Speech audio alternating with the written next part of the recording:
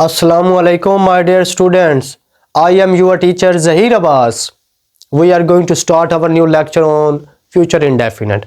बच्चों आज जो हम पढ़ने जा रहे हैं वो इंट्रोगेटिव होगा, WH इंट्रोगेटिव, यानी अफेरिमेटिव के बाद नेगेटिव आता है, उसके बाद इंट्रोगेटिव और नेगेटिव इंट्रोगेटिव, ये दो जो जुमले हैं इनको हम पढ़ेंगे। ये देखें स्ट्रक्चर देखें, विल शुरू में सब्जेक्ट प्लस वर्ब की फर्स्ट फॉर्म प्लस ऑब्जेक्ट है। अच्छा एक बात, ये वर्ब की जो है ये कहां से आता है बच्चों? आपको पता है कि ये पार्ट ऑफ स्पीच है, पार्ट ऑफ स्पीच। अच्छा एक बात समझिएगा कि पार्ट ऑफ स्पीच हमारे पास कितने होते हैं? 8। यहां पे मैं मेंशन करता हूं कि पहला हमारे पास बच्चों नाउन होता है, दूसरा हमारे पास एडजेक्टिव, फिर हमारे पास बच्चों प्रोनाउन होता है। मैं ये क्यों लिख रहा हूँ वो भी आपको बताता हूँ। इसके बाद बच्चों हमारे पास वर्ब होता है 5, हमारे पास एडवर्ब होता है, प्रेपोजिशन बच्चों, फिर इसके बाद कंजक्शन आता है, और इसके बाद 8वां हमारे पास है वो इंटरजेक्शन आता है। कंजक्शन के बाद next one is the conjunction and last one is the interjection. अच्छा ये मैंने क्यों लिखे हैं यहाँ पे पार्ट ऑफ स्पीच? यहाँ पे देखिए दो चीजें जो सब्जेक्ट है और वर्ब है वो पार्ट ऑफ स्पीच। अच्छा ये तमाम की तमाम चीजें पार्ट ऑफ स्पीच में से ली गई हैं। अच्छा यहाँ पे देखिए हम नाउन की बात करेंगे और इसके साथ प्रोनाउन की बात करेंगे, एडजेक्टिव होगी, जो भी होगा वो जुमले के शुरू में आएगा। यानी पार्ट ऑफ स्पीच को जानिए और उसके बाद उसके साथ साथ आपको पता चलेगा कि सब्जेक्ट की मॉडिफिकेशन कैसे होती है। अच्छा बहुत ही इंपॉर्टेंट जो मैं बात बयान करने की कोशिश कर रहा था कि जो वर्ब है वो कहां से लिया गया है? वो पार्ट ऑफ स्पीच में से है। वर्ब और सब्जेक्ट और ऑब्जेक्ट ये तमाम के तमाम जुमले के जो पार्ट्स हैं पार्ट ऑफ स्पीच में से लिए गए हैं। ये हमारे पास जुमला है फ्यूचर इंडेफिनिट का इंट्रोगेटिव और इंट्रोगेटिव नेगेटिव पढ़ेंगे। यानी ये जो इसके बैकग्राउंड जो नॉलेज है वो आपके पास होना जरूरी है ताकि आप वो बैकग्राउंड नॉलेज जो बेसिक नॉलेज है उसको जान के आए फिर यहाँ पे। अच्छा अगर आपको नहीं भी आता तो आप मेरे साथ कंबाइन होकर चलें, इंशाल्लाह you will learn more and more. अच्छा ये दो जुमले हैं। अच्छा ये सेम जुमला ऐसे ही होगा लेकिन सब्जेक्ट के बाद नॉट आ जाएगा तो जो WH नेगेटिव इंट्रोगेटिव होगा। हम एग्जाम्पल की तरफ जाते हैं। विल यू गो, क्या तुम जाओगे? अच्छा जाओगे क्या तुम जाओगे, क्या तुम बोलोगे, क्या तुम आओगे, क्या तुम लिखोगे? तो जुमले की जब आप ट्रांसलेशन करेंगे तो you will say what, meaning of क्या, यानी क्या का मीनिंग निकलेगा बच्चों। बात खत्म हो गई।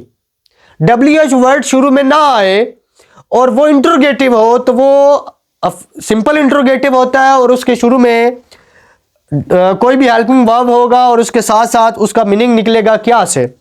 विल यू गो, क्या तुम जाओगे? Will you go to school, क्या तुम स्कूल जाओगे? Will she go to school, क्या वो स्कूल जाएगी? Will she go to school.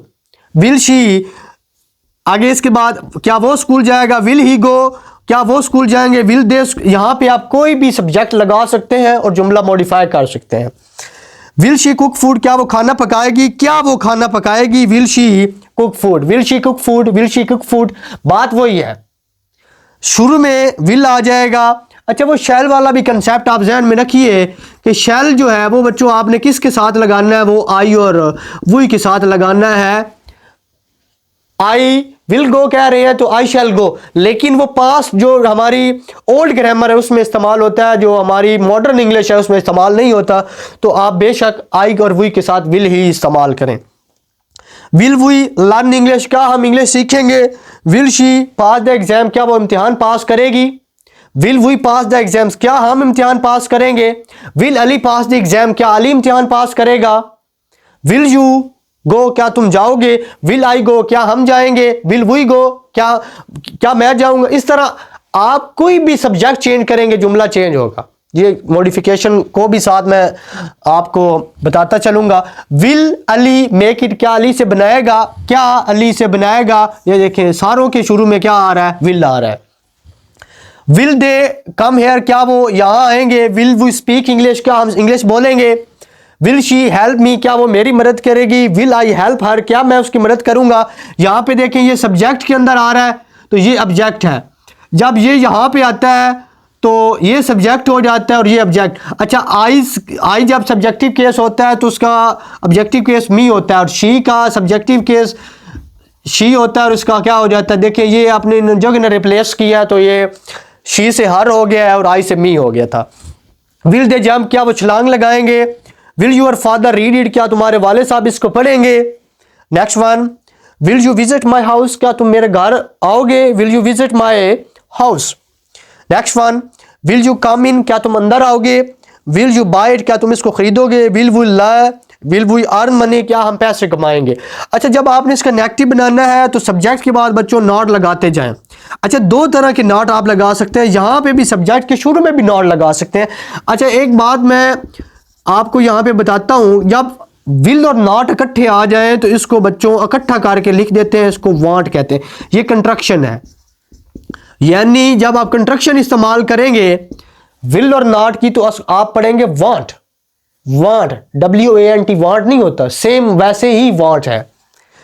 अच्छा आप सब यहां पे लगाएं तो बेस्ट है मेरे लिए, आई थिंक सो। आपके लिए वो जो फार्मूला लिखा है आप वैसे तो यहां पे भी नॉट लगा सकते हैं, यानी सब्जेक्ट के शुरू में भी नॉट लगाया जा सकता है और सब्जेक्ट के बाद भी लगाए। अगर सब्जेक्ट के शुरू में लगाएंगे तो फिर विल और नॉट को इकट्ठा करके पढ़े। Want you go to school, क्या तुम स्कूल नहीं जाओगे। वांट वो एक थोड़ा सा वो गोरा एक्सेंट जिसको आप अंग्रेजी एक्सेंट के उसमें चला जाएगा, अगर आप सीख लेते हो तो बहुत अच्छी बात है। तो यहाँ पे आप नॉट लगाते जाएं। यहाँ पे भी बच्चों she will not pass the exam, वो इम्तिहान पास नहीं करेगी। Will Ali not make it, Ali इसको नहीं बनाएगा। Will we not speak English, हम इंग्लिश नहीं बोलेंगे। Will they not come here, वो यहाँ नहीं आएंगे। Will you not drink water, क्या तुम पानी नहीं पियोगे। Will she not help me, क्या वो मेरी मदद नहीं करेगी। Will I not help her, क्या मैं उसकी मदद नहीं करूंगा। विल दे नॉट जंप, क्या वो छलांग नहीं लगाएंगे। Will your father not read it, क्या तुम्हारे वालिद साहब इसको नहीं पढ़ेंगे। Will you not visit my house, क्या तुम मेरे घर का दौरा नहीं करोगे। Will you not come in, क्या तुम अंदर नहीं आओगे। Will you not buy it, क्या तुम इसको नहीं खरीदोगे। Will you not earn money, क्या तुम इसको। तो आप इसके साथ नॉट लगाएंगे तो बच्चों क्या बनता जाएगा आपके पास WH interrogative. Will you go to school, क्या तुम स्कूल जाओगे। Will you not go to school.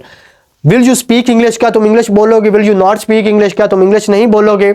Will you come here, क्या तुम यहाँ आओगे। Will you not come. Will you not go to school. Will you not take tea, क्या तुम चाय नहीं लोगे। Will you not make it, क्या तुम इसे नहीं बनाओगे। Will she not cook food, क्या वो खाना नहीं पकाएगी। Will you not cook food, क्या तुम खाना नहीं पकाओगे। Will they not cook food, वो क्या खाना नहीं पकाएंगे। तो इस तरह अच्छा ये बात जो है ना वो बच्चों प्रैक्टिस के ऊपर खत्म होती है कि आप जितनी ज्यादा प्रैक्टिस करेंगे ना उतना ज्यादा सीखेंगे। जैसे कि will you go to school, क्या तुम स्कूल जाओगे। Will you not go to school. अब ये जुमला मुझे कैसे, मैं फौरन मेरा माइंड और मेरी जबान जो आपस में इनका जो राब्ता है वही कैसे है कि माइंड में जो जा रहा है वो मैं जबान से अदा कर लेता हूं। ये बच्चों इसके पीछे प्रैक्टिस है। आप जितनी ज्यादा प्रैक्टिस करेंगे अपने माइंड को अपनी जबान के साथ कनेक्ट कर लें। जो आपके माइंड में चल रहा है वो आपकी जबान अदा कर सके तो मेरे ख्याल में आप सीधी लाइन पे जा रहे हो। You are on the right path. I will go, मैं जाऊंगा। आई विल नॉट गो, मैं नहीं जाऊंगा। विल आई गो, क्या मैं जाऊंगा। Will I not go. तो देखें अब वो पहले मैंने उसका फेरिमेटिव नेगेटिव बनाया, फिर डब्ल्यू, फिर इंट्रोगेटिव, फिर नेगेटिव इंट्रोगेटिव। वो कैसे बना लेता हूं मैं, वो बच्चों इसके पीछे प्रैक्टिस है। आप भी प्रैक्टिस करें जुमलों की। पहले आप उसका फेरिमेटिव बनाएं, फिर उसका नेगेटिव बनाएं, फिर नेगेटिव के बाद आप उसका इंट्रोगेटिव बनाएं। अच्छा ये लिख के ना बनाएं बल्कि बोल के बनाएं। मैं कह रहा हूं कि वो दिमाग और जबान के तल्लक आपने बनाना है स्पीकिंग के लिए, तो वो आपके हाथ और दिमाग का तल्लक राइटिंग के लिए होता है कि जो आपके माइंड में चल रहा है वो आपका हाथ राइट कर दे। तो आपने अगर स्पीकिंग करनी है तो आपने माइंड के अंदर जो भी चीज सर, अब बच्चे कहते हैं कि सर जी हमें सेंटेंसेस के स्ट्रक्चर भी आ गए हैं, 2-4 हमने 10 सारे एग्जाम्पलें भी कर दी हैं, लेकिन हमें इंग्लिश नहीं बोलनी आती। But we are not able to speak English, how will be able to speak.